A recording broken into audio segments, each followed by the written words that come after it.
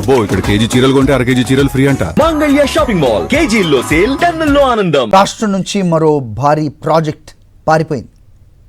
మీ రాయితీలు, మీ భూ కేటాయింపులకు దండం బాబు అంటూ పొరుగు రాష్ట్రం ఒడిశాకి వెళ్ళిపోయింది.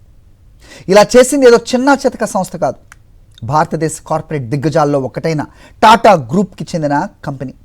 6,675 కోట్ల పెట్టుబడితో నెల్లూరు వద్ద సోలార్ విద్యుత్ తయారీకి ఉపయోగించే 10 గిగావాట్ల ఇంగాట్, అలాగే వేఫర్ తయారీ యూనిట్ ఏర్పాటు చేయడానికి టైలర్ మేడ్ రాయితీలను కల్పిస్తూ ఉత్తర్వులు ఇచ్చిన తర్వాత కూడా ఇది ఏపీని వదిలేసింది. మరి విచిత్రం ఏంటంటే ఆంధ్రప్రదేశ్ కంటే తక్కువ రాయితీలు ఇస్తున్నా సరే పర్వాలేదు అంటూ ఒడిశా రాష్ట్రానికి వెళ్ళిపోయింది. రాష్ట్రంలో ఈజ్ ఆఫ్ లూటింగ్ బిజినెస్ జరుగుతోంది. టాటా సంస్థ టాటా బై బై అంటూ రాష్ట్రాన్ని వీడిపోయింది. ఇరు రాష్ట్రాలు ప్రకటించిన ప్రోత్సాహకాలు, మౌలిక వసతులు వంటి అంశాలను పరిశీలించిన తరువాత పెట్టుబడులకు ఏపీ కంటే ఒడిశా రాష్ట్రమే అత్యుత్తమమైనదంటూ నిర్ణయం తీసుకున్నట్లు స్వయంగా టాటా పవర్ సీఈఓ పర్వీర్ సిన్హా ప్రకటించారు. పెట్టిన పెట్టుబడిలో దాదాపు 69% ప్రోత్సాహకాల రూపంలో తిరిగి ఇవ్వడానికి ఆంధ్రప్రదేశ్ ముందుకొచ్చింది. ఇందులో భాగంగా ఫిక్స్డ్ క్యాపిటల్ ఇన్వెస్ట్మెంట్ కింద 38.4% ఇస్తూ ఉత్తర్వులు ఇచ్చింది. కానీ ఇప్పుడు ఒడిశా రాష్ట్రం 30% మాత్రమే ఇస్తానంది.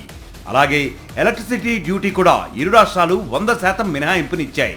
2024లో జరిగిన 14వ SIPBలో ఈ ప్రాజెక్టుకు ఆమోదం లభించగా 2025 జనవరి 10వ తేదీన రాయితీలు, 250 ఎకరాల భూమి కేటాయింపులు చేస్తూ జీవో 11ను ప్రభుత్వం జారీ చేసింది.